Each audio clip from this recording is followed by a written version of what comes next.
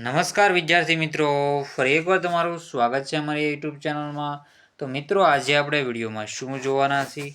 તો આજે આપણે વિડીયોમાં એકમ કસોટી પેપર સોલ્યુશન જોવાના છીએ, એટલે કે સામાયિક મૂલ્યાંકન કસોટી આપણી લેવાય છે તેનું આપણે આ વિડીયોમાં પેપર સોલ્યુશન જોવાના છીએ. તેમાં આપણો વિષય રહેશે ગુજરાતી, ધોરણ રહેશે ધોરણ 10, તારીખ છે 9/1/2025, સમય રહેશે 1 કલાક, કુલ ગુણ રહેશે 25. તો સાહેબ તમારે પૂરેપૂરું પેપર સોલ્યુશન જોવાનું રહેશે.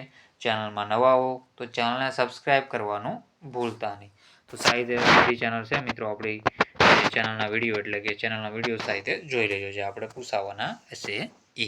અને મિત્રો પછી આપણે જોઈએ તો બાકી આપણી દ્વિતીય પરીક્ષા હમણાં આવવાની છે, તો દ્વિતીય પરીક્ષા માટેના પેપર પણ તમને ચેનલ પરથી મળી જશે, તેને પણ સોલ્યુશન જોઈ લેવું. જોઈએ તો આગળના ક્વેશ્ચન શરૂઆત કરી દઈએ. સોલ્યુશન વિભાગ એ છે. નીચે આપેલા પ્રશ્નોમાંથી યોગ્ય વિકલ્પ શોધો. તો પહેલું છે કાળુ માને છે કે જગતનો સૌથી ખરાબ બાબત. તો કાળુ માને છે કે જગતમાં સૌથી ખરાબ બાબત કઈ છે? જવાબ આવશે ડી.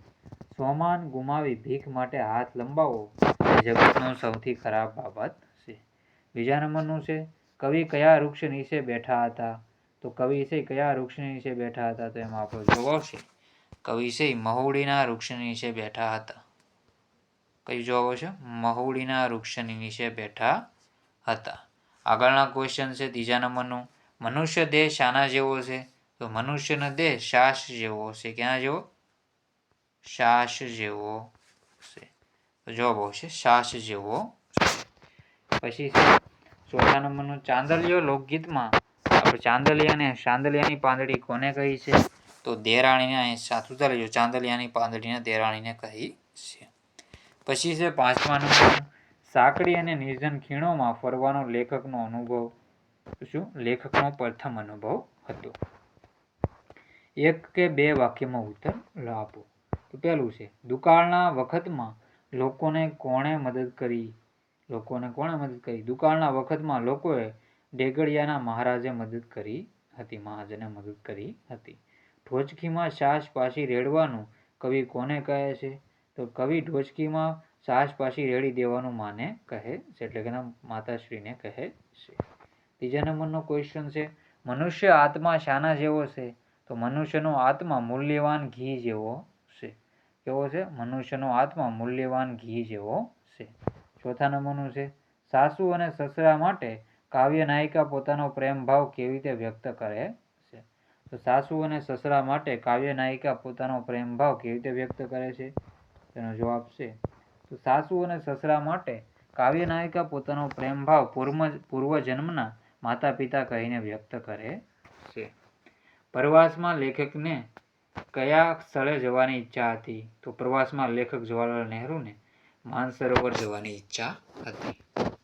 વિભાગ બી છે. નીચે આપેલા પ્રશ્નોના માગ્યા મુજબ ઉત્તર લખો. સદાવ્રતમાં અનાજ લેવા કોણ કોણ ઊભા હતા? તેનો જવાબ સાહિત્ય જોઈ લેવા. શ્રીમદ રાજચંદ્રની જીવદયા અને કરુણા કયા પ્રસંગમાંથી પ્રગટ થાય છે? તો બંને ક્વેશ્ચનના આન્સર પોસ્ટ કરીને સાહિત્ય વાંચી લો.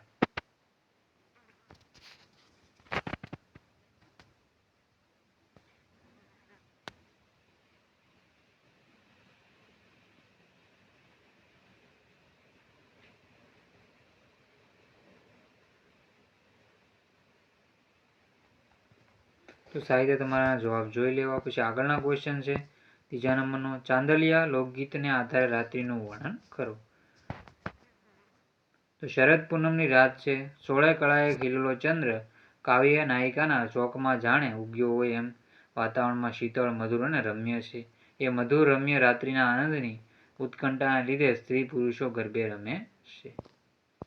પછી છે ચોથા નંબરનો, સફળતા જિંદગીની હસ્તરેખામાં નથી હોતી, ચણાયેલ ઇમારત એના નકશામાં નથી હોતી. તો સાહિત્યના જવાબ તમારે જોઈ લેવાના રહેશે.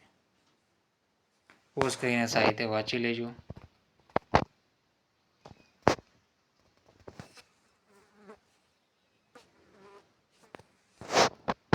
તો આ પંક્તિમાં કવિએ હાથમાં દેખાતી રેખાઓને આધારે જીવનમાં સફળતા શોધવાનો પ્રયત્ન કરતા પ્રારબ્ધવાદીઓ પર કટાક્ષ કર્યો છે. જગતમાં અનેક માણસો એવા છે કે જે માને છે કે પ્રારબ્ધ નસીબમાં સુખ, સમૃદ્ધિ, સફળતા લખાયા હશે તો મળશે. તેઓ ભાગ્યોદયની રાહ જોતા નિષ્ક્રિય બેસી રહે છે. તેમની આ સંકુચિત વિચારસરણીને પડકારતા કવિને કર્મનું અને પુરુષાર્થનું મહત્વ સમજાવે છે. જેમ કોઈ આર્કિટેક્ટ કોઈ ઇમારત બાંધવા માટે નકશો દોરી આપ્યો, પણ એ નકશો કાંઈ રહેવા માટે ઇમારત બની જતી નથી. એમ આપણે ઇમારત છણતર કરવું પડે છે. પછી છે નીચે આપેલા પ્રશ્નોના સવિસ્તાર ઉત્તર લખો. ભૂખથી ભૂંડી ભીખ વાર્તાના આધારે દુકાળની ભયાનકતા તમારા શબ્દોમાં લખો. તો આ તમારા સાહિત્ય જોઈ લેવાનું રહેશે.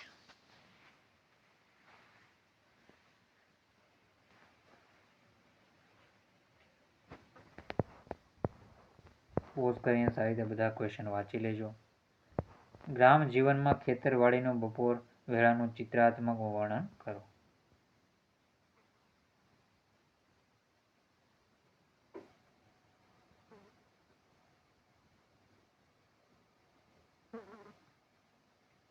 પોઝ કરીને સાહિત્ય વાંચી લો. ગાંધીજીનો શ્રીમદ સાથેનો આધ્યાત્મિક સંબંધ સમજાવો. તો ગાંધીજીનો શ્રીમદ સાથેનો આધ્યાત્મિક સંબંધ આ છે મિત્રો, સાહિત્ય જોઈ લેવો.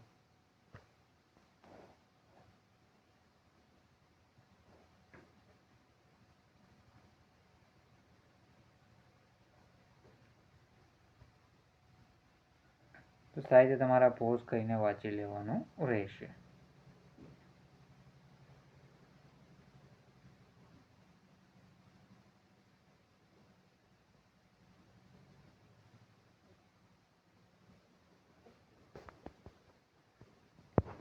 પછી છે પાઠના આધારે હિમાલયની સાહસ યાત્રાનું વર્ણન કરો.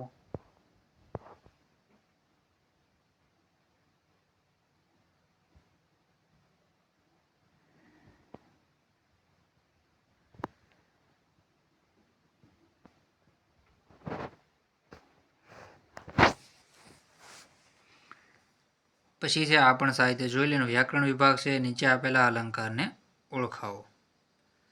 તમારા અલંકાર સાહિત્ય ઓળખાવાના રહેશે.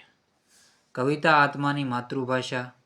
તો કવિતા આત્માની માતૃભાષા છે એ પણ સાહિત્યનો જવાબ જોઈ લેવો.